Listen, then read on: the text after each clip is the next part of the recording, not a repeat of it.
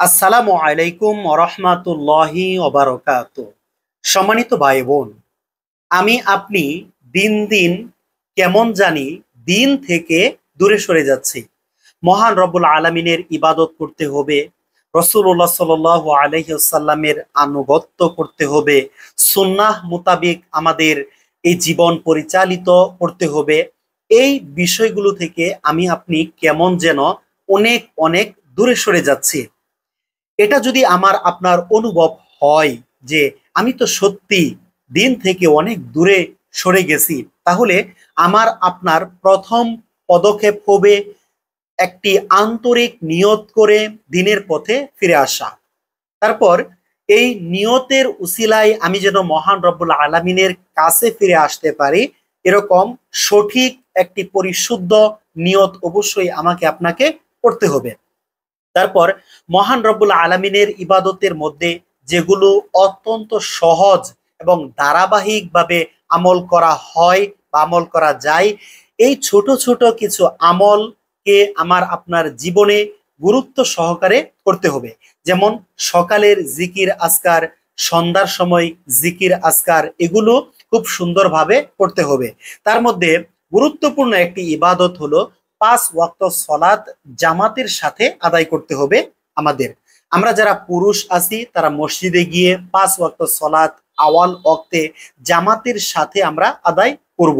আর মা বোন যারা বাড়িতে আছেন তারা আজান হওয়ার সাথে সাথেই আওয়াল ওয়াক্তে তারা 5 ওয়াক্ত সলাত আদায় করবে। আমরা যারা নতুন ভাবে দিনের পথে ফিরে আসতে চাই, তাদেরকে এই পথে টিকে থাকা তাদের জন্য একটু কঠিন হবে, কারণ শয়তান আমাদেরকে আরো বেশি চাপ প্রয়োগ করবে যাতে করে আমরা দিন থেকে আরো দূরে সরে যাই। এজন্য আমাকে আপনাকে সর্বপ্রথম 5 ওয়াক্ত সলাতের দিকেই ফিরে আসতে হবে এবং বিশেষ করে ফজরের সলাত জামাতের সাথে আদায় করতে হবে। ফজরের সলাত আমার আপনার জীবন থেকে যেন ছুটে না যায়। তারপর এশার সলাত আদায় করার মাধ্যমে, কিছুক্ষণ কোরআনুল কারীম তিলাওয়াত করার মাধ্যমে আমরা যেন দিনের কাজ শেষ করে রাতে ঘুমাতে যেতে পারি। তারপর ঘুমের যে কিছু ধারাবাহিক আমল আছে সেই আমলগুলো আমরা করব। তারপর আমরা অজু সহকারে ঘুমাবো। তারপর দ্বিতীয় পয়েন্ট যেটা আমার আপনার জীবনে সবচেয়ে বেশি গুরুত্বপূর্ণ, সেটা হলো কোরআনুল কারীম তিলাওয়াত করা। আমার আপনার জীবনে প্রতিদিন 24 ঘন্টার মধ্যে আমি আপনি একবার হলেও যেন কোরআনুল কারীম হাতে ধরে বুকে ধারণ করে বুকে নিয়ে সৈশুদ্ধভাবে এই কোরআনকে খুলে পড়তে পারি, তিলাওয়াত করতে পারি। এক কথায় আমি আপনি প্রতিদিন খাবার খাই, খাবার খাওয়া কিন্তু আমাদের কখনো মিস হয় না। আমরা কিন্তু প্রতিদিন অন্তত পানি হলেও খেয়ে থাকি।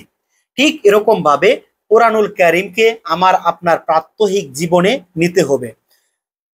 24 ঘন্টার মধ্যে আমি আপনি অন্তত 5 মিনিট সময় হলেও যেন কোরআনুল কারীম সৎ চোখে দেখে দেখে তিলাওয়াত করতে পারি, এই নিয়তটুকু করতে হবে। তারপর 3 নাম্বার পয়েন্ট হলো আমার আপনার আল্লাহ তাআলার সাথে আমরা এমন ভাবে কথা বলবো যেই কথা হবে খোলামেলা। আমরা বন্ধুদের সাথে যেরকম কথা বলি, মা বাবার সাথে আমরা যেরকম কথা বলি, আত্মীয় স্বজনদের সাথে আমরা যেরকম কথা বলি, ঠিক এর চাইতে বেশি আন্তরিকতার সাথে খোলামেলা মহান রব্বুল আলামিনের কাছে কথা বলতে হবে, মহান আল্লাহ তাআলার সাথেই কথা বলতে হবে। যেমন যে, হে আল্লাহ, আমি তো অনেক পাপ করেছি, তুমি আমাকে ক্ষমা করে দাও।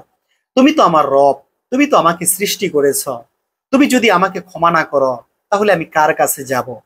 আমি তো অনেক পাপ করেছি, তুমি আমাকে মাফ করে দাও। আমি অনুতপ্ত, আমি অনুশোচনা নিয়ে আমি তোমার কাছে এসেছি, তুমি আমাকে ফিরিয়ে দিও না।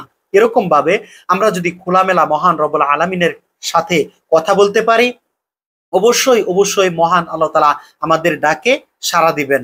আর আমাদের জীবনের যত কথা আছে, আমরা সব কথা মানুষকে না বলে আমরা আন্তরিকতার সাথে আমাদের মহান রবের সাথে আমরা কথা বলবো, যিনি আমাদের সব কথা শুনেন, যিনি আমাদের সব কথা বুঝেন।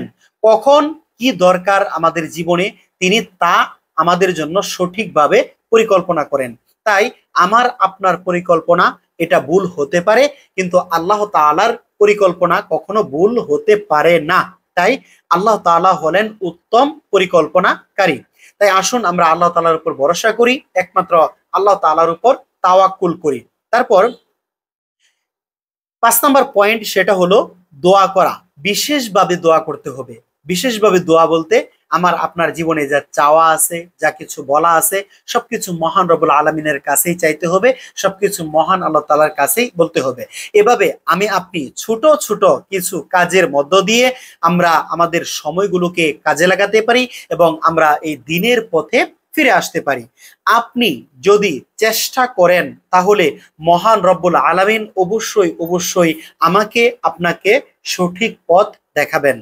এখন প্রশ্ন হলো, আপনি কি সঠিক পথে ফিরে আসতে চান? আপনি কি এটা অনুভব করেন যে সত্যি আমি দিন থেকে অনেক দূরে সরে গেছি, আমাকে একমাত্র মহান রবের দিকেই ফিরে আসতে হবে? আর দিন শেষে আমাদের কিন্তু মহান রবের দিকেই ফিরে যেতে হবে, প্রত্যাবর্তন একমাত্র মহান রবের দিকেই। তাই আসুন সেই মৃত্যুর মধ্য দিয়ে প্রত্যাবর্তন করার আগে আমরা জীবিত অবস্থায় পাপ থেকে বেঁচে শয়তানের রাস্তা থেকে বের হয়ে মহান রবের দিকে আমরা ফিরে আসি। আল্লাহ তাআলা আমাদেরকে এই জীবদ্দশায় মহান রবের দিকে ফিরে আসার তৌফিক দান করুন এবং একমাত্র মহান রবের ইবাদত করার তৌফিক দান করুন, আনুগত্য করার তৌফিক দান করুন, রাসূলুল্লাহ সাল্লাল্লাহু আলাইহি ওয়াসাল্লামের আনুগত্য করার তৌফিক দান করুন, রাসূলুল্লাহ সাল্লাল্লাহু আলাইহি ওয়াসাল্লামের সুন্নাহ মোতাবেক আমাদের জীবন পরিচালিত করার তৌফিক দান করুন।